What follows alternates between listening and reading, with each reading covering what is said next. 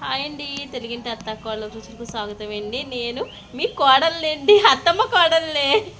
అత్తమ్మ అయ్యో పచ్చళ్ళు చేశారంటే చూడండి. చేతి పచ్చళ్ళు ఈజీగా చేసుకునేలాగండి. చేతి పచ్చళ్ళు ఇలా చేసుకోవాలండి. పండిపోయిన పచ్చిమిరపకాయలు ఉన్నాయి ఇంట్లో.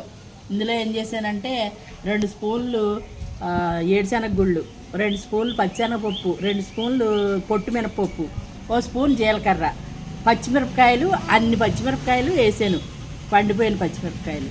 ఇది వేపేసుకుని చక్కగా మిక్సీ పట్టుకున్నాం. ఇదేమో చింతపండు వేసి కొత్తిమీర వేపేసుకుని మిక్సీ పట్టుకున్నాం. ఈ టమాటాలు, పెద్ద టమాటాలు 2 టమాటాలు అండి, బాగా ఎంత సైజు టమాటాలు. ఇవి ఉడకబెట్టుకుని అదే నూనెలో మగ్గబెట్టుకుని మిక్సీ పట్టుకున్నాం. అక్కడికి ఇది ఇలా ఉంది కదండి.